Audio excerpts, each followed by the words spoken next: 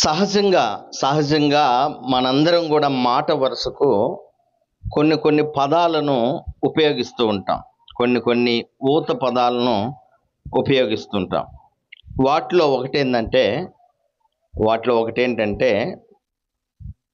ఒకటి అనేటువంటి పదాన్ని ఉపయోగిస్తుంటాం.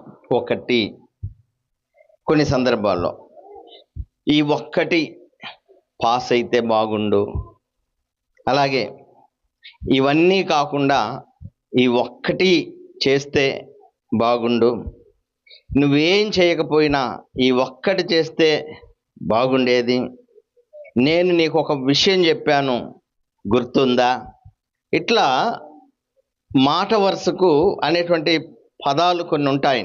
మనం ఎక్కువ ఒకటి అనేటువంటి పదము మనము ఉపయోగిస్తుంటాం సహజంగా. ఈ బైబిల్లో కూడా ఒకటి అనేటువంటి పదాన్ని ఉపయోగించి కొన్ని వచనాలు ఉన్నాయి. దానిలో నుండి మనము కొన్ని పాఠాలు మనం నేర్చుకుందాం. కీర్తన గ్రంథము 27వ అధ్యాయము 4వ వచనాన్ని చూద్దాం. 4వ వచనం దావీదు అంటున్నాడు, యెహోవా యొద్ద ఒక్క వరము అడిగితిని. ఈ ఒక్క అనేటువంటి పదాన్ని ఎప్పుడూ జ్ఞాపకం చేసుకోండి. ఎక్కడెక్కడ ఈ ఒక్క అనేటువంటి పదాన్ని ఉపయోగించాడో దానిలో కొన్ని పాఠాలు మనం నేర్చుకుందాం. ఇక్కడ దావీదు అనేటువంటి ఆయన మాట్లాడుతూ దేవుని వద్ద ఆయన ఒక్క వరము అడిగాడంట. వాస్తవానికి ఒక్క వరము అంటే ఒకటే అని కాదు, బహుశా చాలా అడిగి ఉండవచ్చు. కానీ ఒక్క వరము అని ఒకే దాని గురించి నొక్కి చెప్తున్నానంటే అది చాలా ఇంపార్టెంట్ అయినది కాబట్టి ఆ మాట మాట్లాడుతున్నాడు. ఏంటి ఆ వరము? ఏంటంటే, దానిని నేను వెదుకుచున్నాను, యెహోవా ప్రసన్నతను చూచుటకును ఆయన ఆలయములో ధ్యానించుటకును నా జీవిత కాలమంతయు నేను యెహోవా మందిరములో నివసింపగోరుచున్నాను. ఆయన ప్రార్థన ఏంటి అంటే, నా జీవిత కాలమంతా ఎక్కడ నివసింపగోరుచున్నాను అంటున్నాడు? యెహోవా మందిరములో అనగా దేవుని యొక్క సన్నిధి ఎక్కడ ఉంటుందో, ఎక్కడ తన ప్రజలు వచ్చి ఆయనను ఆరాధిస్తారో, ఎక్కడ ప్రజలు వచ్చి తమ పాపములను ఒప్పుకొని ఆ దేవుని సన్నిధిలో పశ్చాత్తాప పొందుతారో, ఎక్కడ ప్రజలు దేవుని గూర్చినటువంటి ఆనందాన్ని అనుభవిస్తారో ఆ స్థలమైనటువంటి ఆయన మందిరము. పాత నిబంధనలో మందిరము అనేది ప్రత్యేకమైనది. ఆ రోజుల్లో దేవుని ప్రజలైనటువంటి వాళ్ళు ఎక్కువగా ఆ మందిరానికి విలువ ఇచ్చేటువంటి వాళ్ళు. ఎందుకంటే దేవుని యొక్క మందసము లేదా దేవుని యొక్క ప్రసన్నత అక్కడ ఉంటుంది కాబట్టి. దావీదు రాజు ఈయన ఏమంటున్నాడంటే, ఇక్కడ ఉన్నటువంటి భక్తి కలిగిన ఆయన ఏమంటున్నాడంటే, నా జీవిత కాలమంతా అంటే దేవుడు తనకి ఇచ్చినటువంటి ఆయుష్కాలమంతా ఎక్కడ నివాసము చేయగోరుతున్నాను అంటున్నాడంటే, దేవుని యొక్క మందిరములో అనగా దేవుని యొక్క సన్నిధానంలో. ఎప్పుడు అంటే జీవితకాలము బోరింగ్ రొటీన్ కాదు ఇది. అంటే చాలామంది పరిస్థితి ఏంటంటే, జీవితకాలము దేవుని మందిరంలో ఉంటారా? ఎవరైనా ఉండటానికి ఇష్టపడతారా అంటే చాలా తక్కువ. ఈ రోజుల్లో సువార్తికుడు అంటాడు, వారమంతా మీ పనుల్లో మునిగిపోతున్నారు కదమ్మా, కనీసము ప్రభు దినాన లేకపోతే ఆదివారమున ఆయన ఆరాధించడానికన్నా మీకు ఒక గంట సమయం దొరకలేదా? ఒక 2 గంటలు దేవుని సన్నిధిలో కూర్చోలేరా అనేటువంటి మాటలు ఈరోజు దైవ సేవకుల నోటి నుండి వినాల్సి వస్తుంది. అంటే దాని అర్థం ఏంటి? వారు తమ జీవిత కాలంలో దేవుడు వారికి ఇచ్చిన జీవితం అంతా కూడా బయట ఉన్నటువంటి వ్యక్తిగతమైనటువంటి పనుల్లో మునిగి తేలుతూ ఆదివారము కనీసము 2 గంటలు దేవుని సన్నిధిలో కూర్చోవటానికి కూడా ఇష్టపడనటువంటి వాళ్ళు, మానుకునేటువంటి వాళ్ళు చాలామంది ఉన్నారు. కాబట్టి దైవజనుల నోట వచ్చేటువంటి మాట ఏంటంటే, కనీసం ఆదివారం అన్నా మీరు దేవుని యొక్క సన్నిధిలో కూర్చోలేరా? వాళ్ళేమంటారు తెలుసా? వారమంతా మేము ఆ పని చేసుకొని వస్తే ఆదివారం అన్నా ఇంట్లో కూర్చొని టీవీ చూడటమో, లేకపోతే ఊరు వెళ్ళటమో, జనాలతో మాట్లాడటమో, పిచ్చాపాటి మాటలు చేయటమో, ఏదో ఒకటి చేయాలి. లేకపోతే మాంసం వండుకొని ఇంట్లో వండుకోవాలనుకుంటే నీ సొనైందయా. ఆదివారము వస్తే ఈరోజు మేము రెస్ట్ తీసుకోవాలనుకుంటుంటే నువ్వేమో ప్రార్థనకు రమ్మంటవేందనేటువంటి మాటలు ఈరోజు ప్రజల నుంచి వస్తూ ఉన్నాయి. ఒక దేశానికి రాజైనటువంటి ఆయనకి ఎన్ని పనులు ఉంటాయి, ఎన్ని చక్కబెట్టాలి, ఎంతమందికి తీర్పు తీర్చాలి. ఆయనకు అసలు కొంచెం కూడా ఖాళీ ఉండదు. కానీ ఆయన ఏమంటున్నాడంటే, యెహోవా ప్రసన్నతను చూచుటకును ఆయన ఆలయములో ధ్యానించుటకును నా జీవితకాలమంతయు నేను యెహోవా మందిరములో నివసింపగోరుచున్నాను. జీవితకాలం అంతా నాకైతే దేవుడు నాకు అవకాశం ఇస్తే నా జీవితకాలం అంతా కూడా నేను యెహోవా మందిరములో నివాసము చేయగోరుతాను అంటాడు ఆయన. వాస్తవానికి దావీదైనటువంటి ఈయన రాజు కాక ముందు ఆయనకున్నటువంటి జీవితం ఏంటంటే, గొర్రెలు కాసుకునేటువంటి వాడుగా ఉన్న దావీదును ఒకవేళ దేవుడు రాజుగా చెయ్యకపోయినా ఆ పనిలోనే దావీదు చాలా సంతోషపడేవాడు. ఎందుకంటే వేరే పనులేమి లేవు, తీర్పులు తీర్చే పనులు లేవు, వీళ్ళు వచ్చేది లేదు. చక్కగా పోయి ఆ గొర్రెలను కాస్తూ దేవునికి కీర్తనలు పాడుతూ ఉండేటువంటి వాడు, కీర్తనలు రచిస్తూ ఉండేటువంటి వాడు. కీర్తన గ్రంథంలో ఎక్కువగా ఎవరు రాసింది? దావీదు కదా. సో ఇప్పుడు ఆయనకి రాజు పదవి లేకపోయినా ఒక గొర్రెల కాపరిగా ఆయన సంతోషంగా ఉండేటువంటి వాడు. ఈరోజు పరిస్థితి వేరు. దేవుని మందిరము కంటే వ్యక్తిగతమైన పనులు ఎక్కువ, దేవుని సన్నిధిలో గడపటం కంటే ఉద్యోగాలు ఎక్కువ, దేవుని సన్నిధిలో గడపటం కంటే పనులు ఎక్కువ. యెహోవా మందిరమునకు వెళ్ళుదుమని జనులు నాతో అనినప్పుడు నేను సంతోషించితిని. 9వ వచనం, మన దేవుడైన యెహోవా మందిరము నిమిత్తము నీకు మేలు చేయ ప్రయత్నించదను అని మాట్లాడుతాడు. దేవుని మందిరము నిమిత్తము అసలు యెరూషలేము అనే పట్టణానికే మేలు చేస్తాను అని ఆయన మాట్లాడుతున్నాడు. యెహోవా మందిరానికి జనులు రమ్మని చెప్పినప్పుడు నేను సంతోషించాను అని మాట్లాడుతున్నాడు. యెహోవా ప్రసన్నతను చూచుటకు అంటున్నాడు. అంటే దేవుని ఆలయంలోకి ఎందుకు నేను ఉండాలని అనుకుంటున్నానంటే, యెహోవా ప్రసన్నతను చూడాలి, ఆయనను ధ్యానించాలి. యెహోవా ప్రసన్నత అంటే ఇంగ్లీష్లో ఏముందంటే the beauty of the lord. కీర్తన గ్రంథం 84వ అధ్యాయము 1 నుంచి చదువుతాను నేను. 1, 2 అలాగే 10వ వచనము. సైన్యములకు అధిపతియగు యెహోవా, నీ నివాసములు ఎంత రమ్యములు. రమ్యము అంటే అందం కలిగినవి. నీ నివాసములు ఎంత రమ్యములు. యెహోవా మందిరావరణములను చూడవలనని నా ప్రాణము ఎంతో ఆశపడుచున్నది, అది సొమ్మసిల్లుచున్నది.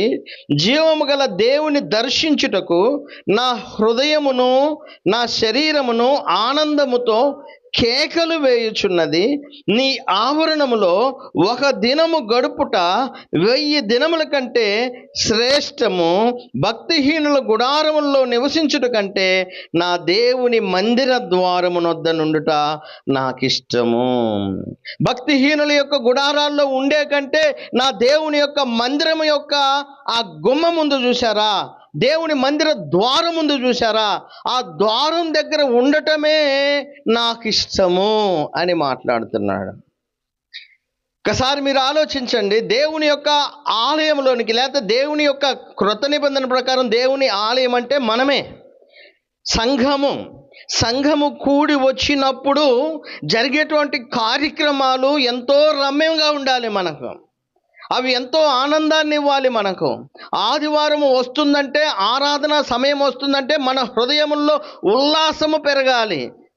చూడండి, మనకి ఇష్టమైన వాటిని, సంతోషం ఇచ్చే వాటిని, అందమైన వాటిని, మనకి చాలా ప్రియంగా ఉన్న వాటిని చూడాలని మనము ఆశ కలిగి ఉన్నప్పుడు, వాటిని ఎదుర్కోవటానికి వెళ్ళేటప్పుడు మన హృదయాలు ఎంత ఉల్లాసంగా ఉంటాయి. ఒకవేళ వివాహము పెట్టుకున్నారనుకోండి, మీరు మంచిగా మీకు ఇష్టమైనటువంటి వధువు లేకపోతే మీకు ఇష్టమైనటువంటి వరుడు మీరు ముందుగానే చూసుకొని అన్నీ సిద్ధం చేసుకున్నారు, వివాహానికి డేట్ పెట్టారు. వివాహము సమయము దగ్గరకు వచ్చే కొద్దీ ఎలా ఉంటుంది?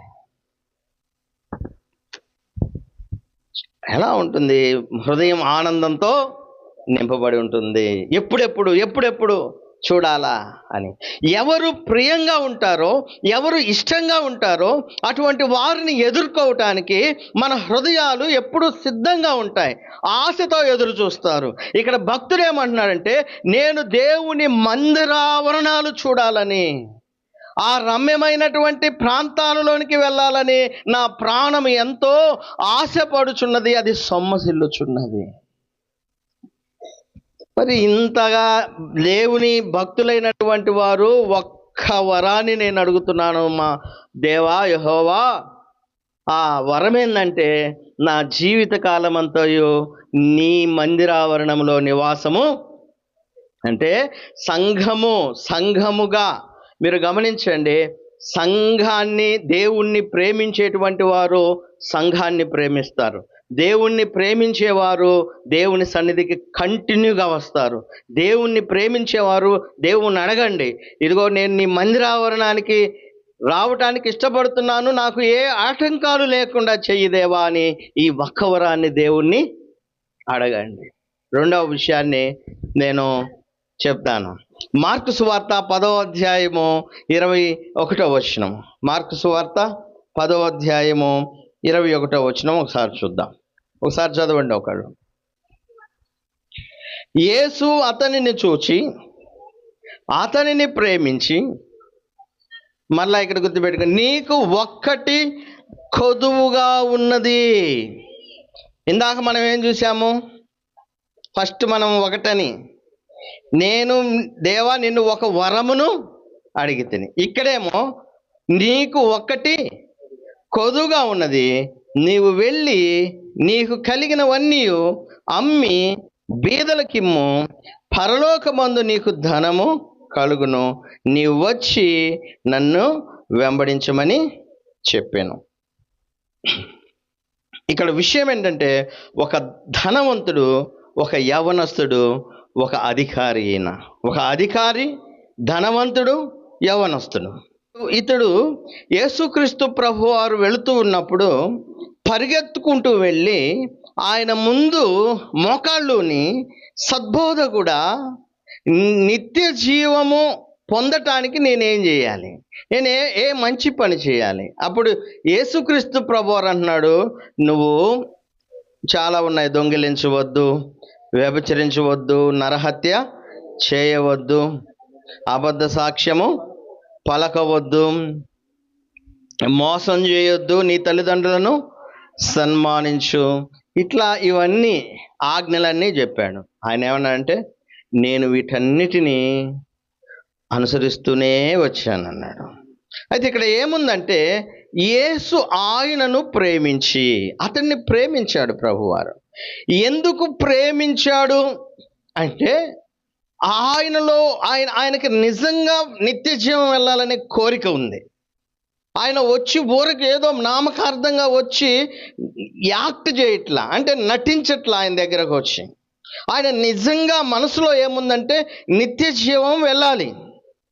సో నిత్య జీవం వెళ్ళటానికి ఏం చేయాలని అడిగాడు. ఆల్మోస్ట్ ఆయన మనసులో ఏమనుకున్నాడంటే, అనుకోని ఉంటాడంటే, ఎస్ నేను దానికి అర్హుణ్ణేమో అని అనుకొని ఉండొచ్చు. ఎందుకంటే ఆయన చెప్పాడు కదా, ఇవన్నీ చేయొద్దు అంటే నేను వీటన్నిటినీ అనుసరిస్తూనే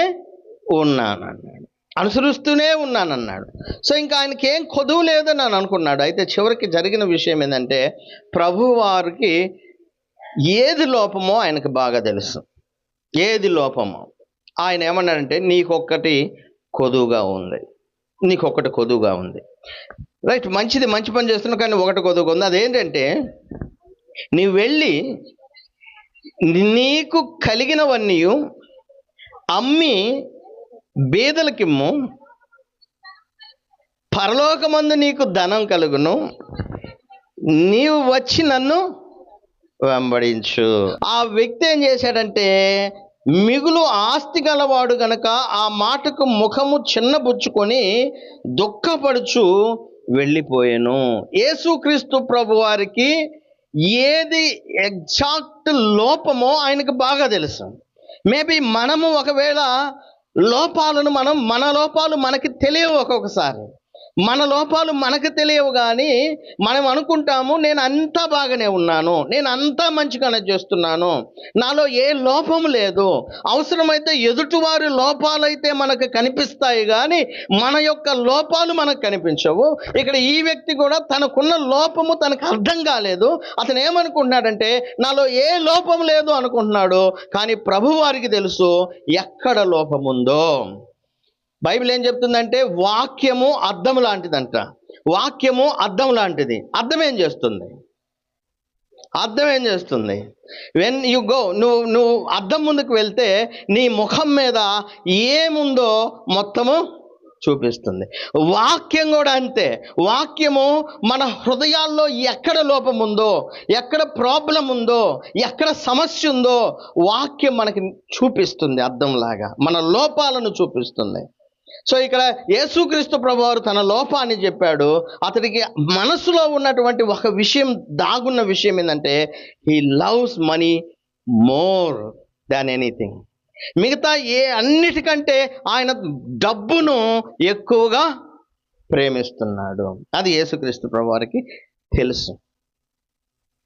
కాబట్టి ఆయన అందుకే అన్నాడు, నువ్వు వెళ్ళి, ఒకవేళ ఇతడు డబ్బును ప్రేమించేవాడు కాకపోతే, లార్డ్ ప్రభువా నేను వెళ్తాను, అమ్ముతా, నాకు పరలోకమే ముఖ్యమనేవాడు. కానీ ఈయన ఏమన్నాడంటే, ముఖము చిన్నబుచ్చుకొని దుఃఖపడుచు వెళ్ళిపోయాడు. అతడి సమస్య ఏంటంటే అతడి డబ్బు. మనకు కూడా అంతే. ఏంటి మన ప్రాబ్లం ఏంటి? ఒక్క లోపము, నీలో ఒకటి ఉంది, అదొక్కటి చేయి అన్నాడు. మనలో కూడా ఏదో ఒకటి ఉండొచ్చు.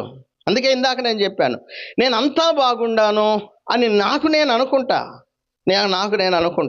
కానీ నా విషయం తెలిసేది ఎదుటోళ్ళకి కదా.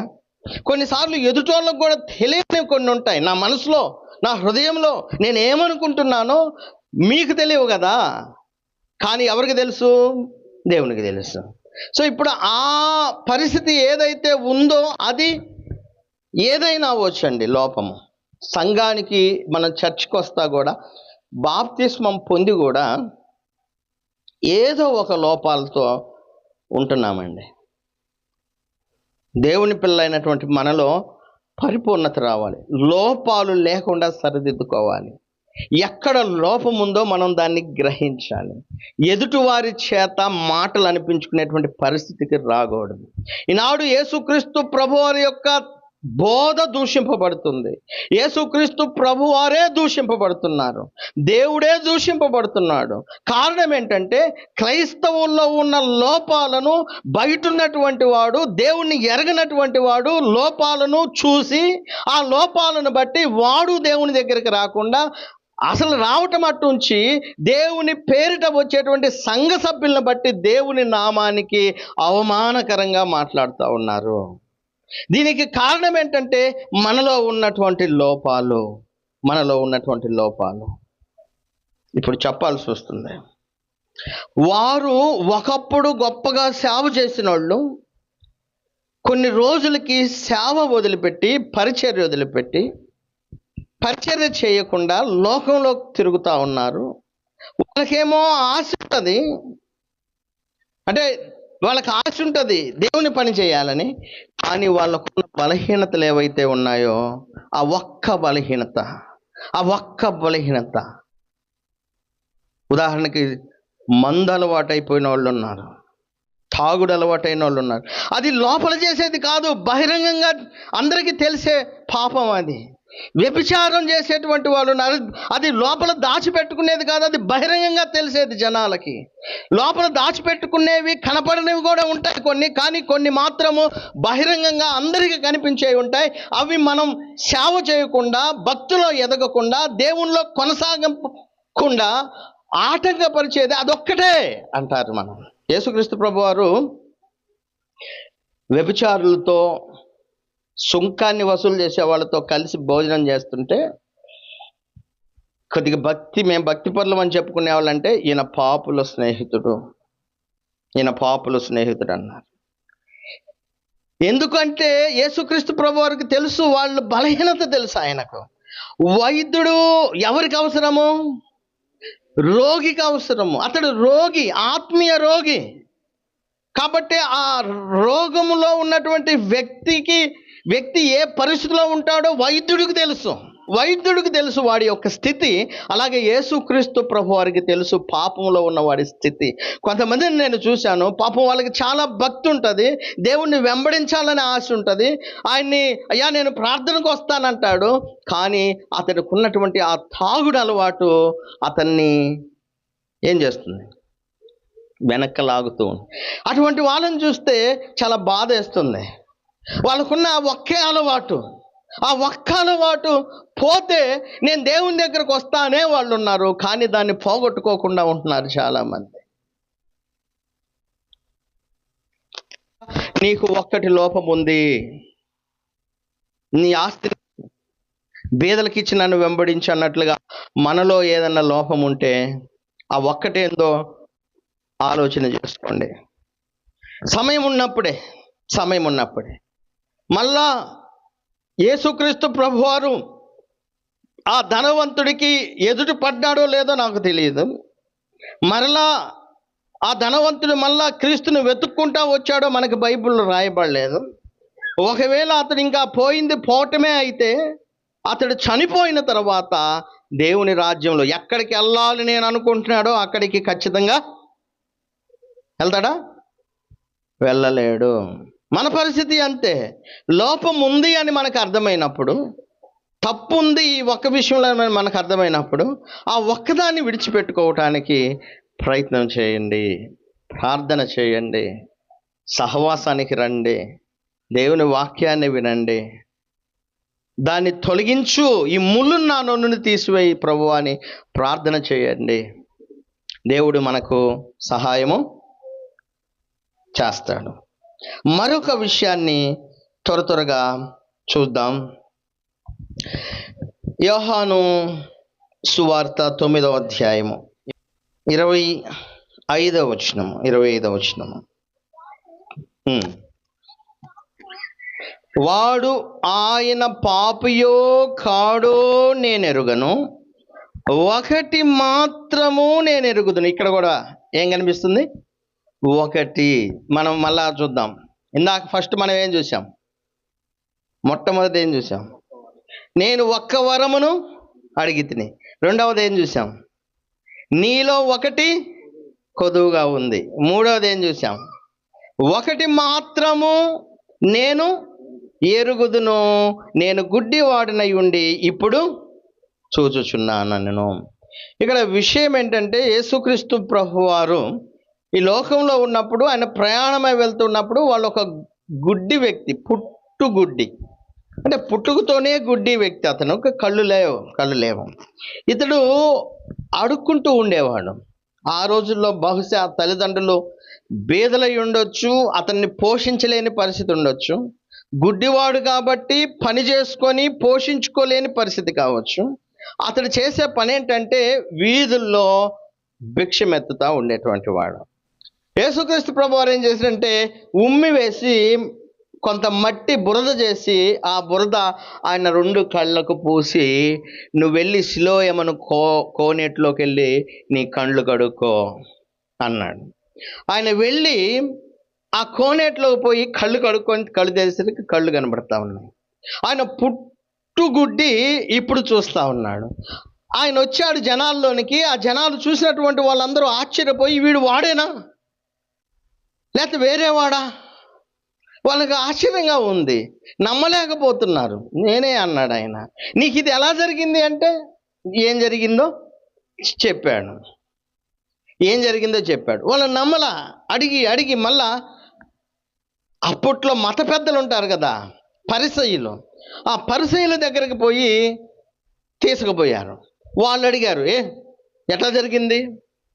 ఇదిగో పలానా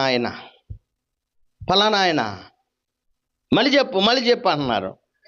ఆయన అదే చెబుతున్నాడు. తర్వాత వాళ్ళు ఏం చేశారంటే, మీ తల్లిదండ్రులను తీసుకురా అన్నారు. తల్లిదండ్రులు వచ్చాను. వాని తల్లిదండ్రులు యూదులకు భయపడి అలాగూ చెప్పిరి. ఎందుకనినా ఆయన క్రీస్తు అని ఎవరైనాను ఒప్పుకొని ఎడల వానిని సమాజ మందిరములో నుండి వెలివేతమని యూదులు అంతకు మునుపు నిర్ణయించుకొని ఉండిరి.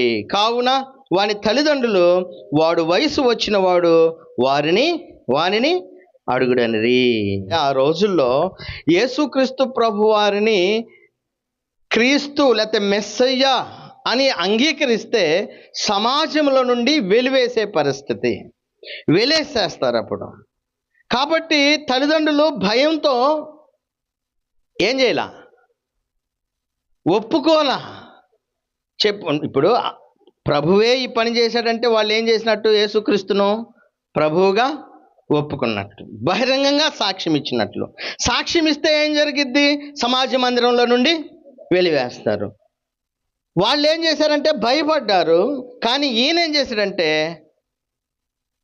ఏం చెప్పాడు? భయపడలా. యేసుక్రీస్తును గూర్చినటువంటి సాక్ష్యం ఇవ్వటానికి భయపడకూడదు. ఈ ఒక్కటి మాత్రము నాకు తెలుసు, ఆయనే ప్రభువు. ఆయన ఏమనంటే ఆయనే నా కళ్ళు తెరిచాడు అని ఆయన ఎలా ధైర్యంగా సాక్ష్యం ఇచ్చాడో, మేము నిన్ను సమాజంలో నుండి వెలేస్తాము అన్నా కానీ, మీరు వెలేసినా ఏం చేసినా కానీ ఒక్కటి మాత్రం నాకు తెలుసు, నేను ఒకప్పుడు గుడ్డివాడిని, ఇప్పుడైతే నేను చూస్తున్నాను. దీనికి కారణము ప్రభు. బైబిల్ చెప్తుందండి, మనం ఒప్పుకోవాలి. ఇప్పుడు చూడండి బైబిల్ ఏం చెప్తుందంటే, రోమిలకు రాసిన పత్రిక 10వ అధ్యాయం 9, 10, 11 వచనాల్లో అదేమనగా యేసు ప్రభు అని నీ నోటితో ఒప్పుకొని దేవుడు మృతుల్లో నుండి ఆయన లేపునని నీ హృదయమందు విశ్వసించిన యెడల నీవు రక్షించబడుదువు. ఏలయనగా నీతి కలుగునట్లు మనుషుడు హృదయంలో విశ్వసించును, రక్షణ కలుగునట్లు నోటితో ఒప్పుకొనును. 11వ వచనం, ఏమనగా ఆయన యందు విశ్వాసం ఉంచువాడెవడును సిగ్గుపడడు. ఆయన యందు విశ్వాసం ఉంచువాడెవడును సిగ్గుపడడని లేఖనం చెప్తూ ఉంది. ఈనాడు యేసుక్రీస్తును ఒప్పుకోవటము అనేది చాలా సులువు, ఒకవేళ మనం విశ్వాసం ఉంచితే సులువు. కానీ ఆ రోజుల్లో యేసుక్రీస్తును బహిరంగంగా ఒప్పుకోవటం అనేది చాలా చాలా చాలా కష్టం. అటు యూదులైతే సమాజ మందిరంలో నుండి వెలేస్తారు. సౌలు అనేటువంటి ఆయన సమయంలో మీరు చూసారా, జుట్లు పట్టుకొని ఈడ్చుకొని పోయి చెరసాల్లో వేసి హింసించి చంపేటువంటి పరిస్థితులు. క్రైస్తవుడిని నేను అని బహిరంగంగా చెప్పగలిగితే ఒప్పుకుంటే, యేసుక్రీస్తును ప్రభు అని ఒప్పుకుంటే వారికి ఇళ్ళు ఉండవు, రేషన్ ఉండదు, వాళ్ళు ఇళ్లలో నుండి పారదోలబడతారు, సమాజాల్లో ఉండటానికి వీల్లేదు. ఊర్ల బయట ఎక్కడో ఉండేవాళ్ళు, కొండల్లో గుహల్లో, వస్త్రాలు లేకుండా సరిగ్గా చలిలో. అటువంటి పరిస్థితుల్లో కూడా యేసును ప్రభు అని ఒప్పుకొని వాళ్ళు ఆయన నా రక్షకుడు అని, అంటే ఆయన ప్రభువుగాను దేవుని కుమారుడుగాను ఒప్పుకొని హృదయంలో విశ్వసించి నోటితో ఒప్పుకుంటే వాళ్ళు ఏమవుతారు? రక్షింపబడతారు. ఈనాడు ఎంత సులువండి ఇది మీకు. ఇన్ని వాక్యాలు చెబుతుంటే మీకు ఏమన్నా ఆటంకాలు ఉన్నాయా? మిమ్మల్ని సమాజాల్లో నుండి వెళ్ళేస్తాం, మిమ్మల్ని కులాల్లో నుండి తీసేస్తాం, లేకపోతే మీ రేషన్ తీసేస్తాం, లేకపోతే అది తీస్తాం, ఇది తీస్తాము, లేకపోతే మిమ్మల్ని ఏమి లేకుండా చేస్తాము, చెరసాల్లోకి తీసుకుపోతాం అనేటువంటి ఏమన్నా ఉన్నాయా భయాలు? ఇంత స్వేచ్ఛగా ఇన్ని అవకాశాలు మన జీవితాల్లో దేవుడు ఇస్తుంటే, ఇన్ని సంవత్సరాలు మనము జీవితాన్ని గడుపుతూ యేసు క్రీస్తు మీ సొంత రక్షకుడు, మీ పాపాలను ఒప్పుకొని ఆయన ప్రభు అని నీ నోటితో ఒప్పుకోండి, విశ్వసించి హృదయంలో రక్షణ పొందుతారని ఎన్ని ప్రసంగాలు చేసినా, ఇంత స్వేచ్ఛ మీకున్నా కానీ మీరు మాత్రము ఇప్పటికీ యేసుక్రీస్తును హృదయంలో విశ్వసించట్లేదు, నోటితో ఒప్పుకోవట్లేదు. హృదయంలో విశ్వసిస్తే నోటితో ఒప్పుకుంటారు. నోటితో ఒప్పుకున్న వాళ్ళు పాప క్షమాపణ నిమిత్తము బాప్తిస్మం పొందుతారు. బాప్తిస్మము పొంది పాప క్షమాపణ పొంది సంఘములో చేర్చబడతారు, దేవుని పిల్లలు అవుతారు. ఇది ఎంత సులువు, ఎంత తేలిక. కానీ ఎవరు ఈనాడు యేసుక్రీస్తును సొంత రక్షకుడిగా అంగీకరించే వాళ్ళు చాలా చాలా తక్కువగా ఉన్నారు. పల్లెల్లో ఇందాక మేము అనుకుంటున్నాం, మనం ఎంత పొద్దున అనుకుంటున్నాం, మన పల్లెలు ఎంత అదృష్టం చేస్తున్నారు. ఎందుకంటే పెద్ద పెద్ద కులాలలో, లేకపోతే పెద్ద పెద్ద ధనవంతులు, అధికారులు అనబడే అటువంటి వాళ్ళు, యేసు అనే ఆయన ఒక కులానికి సంబంధించిన దేవుడు, తక్కువ జాతోడు, లేకపోతే తక్కువ జాతికి సంబంధించిన దేవుడు, వాళ్ళే ఆయన్ని అంగీకరిస్తారు అనేటువంటి భ్రమలో ఉండి సిగ్గుపడుతూ, క్రీస్తుని అంగీకరించాలంటే సిగ్గుపడుతూ, ఎందుకంటే మనము కూడా ఆ కులపోళ్ళము అంటారు జనాలు, మన సమాజాల్లో నుండి మనల్ని ఎలేస్తారని వాళ్ళు భయాలతో ఉంటే, ఈనాడు యేసుక్రీస్తు సువార్త మన పల్లెల్లో ఇంత బహిరంగంగా గొప్పగా ప్రకటన చేయబడుతుంటే, మనం చిన్నప్పటి నుంచి మనం వింటున్నాం, ఆయన గురించి వింటున్నా, ఇంత స్వేచ్ఛ మనకుంటే, ఇంత అదృష్టం దేవుడు మనకిస్తే, ఈనాడు చచ్చేదాకా కూడా యేసుక్రీస్తును సొంత రక్షకుడిగా అంగీకరించట్లా, ఆయన ప్రభు అని నోటితో ఒప్పుకోవట్లా. చచ్చిపోతున్నారు అంతే, ముసలోళ్ళు అయ్యి 70-80 వయసు వస్తున్నారే కానీ యేసుక్రీస్తును రక్షకుడిగా అంగీకరించి ఆయన హృదయంలో విశ్వసించి నోటితో ఆయన ప్రభు అని ఒప్పుకోవట్లేదు. దయచేసి గమనించండి, సమయం ఉన్నప్పుడే వాక్యం మీ హృదయాల్లోకి వెళ్ళినప్పుడే, వాక్యం ద్వారా దేవుడు మిమ్మల్ని తట్టినప్పుడే మీ పాపముల విషయంలో మారు మనసు పొంది పశ్చాత్తాప పొంది ఆయన నా ప్రభువు అని మీ నోటితో ఒప్పుకొని మీ పాప క్షమాపణ నిమిత్తం బాప్తిసం పొందండి, మీరు రక్షణ పొందుతారు. సమయం లేదు, ఇంకా చాలా ఉన్నాయి. ఈ విషయాలతో నేను ఈ రోజుతో ఈ వాక్యాన్ని ముగిస్తున్నాను.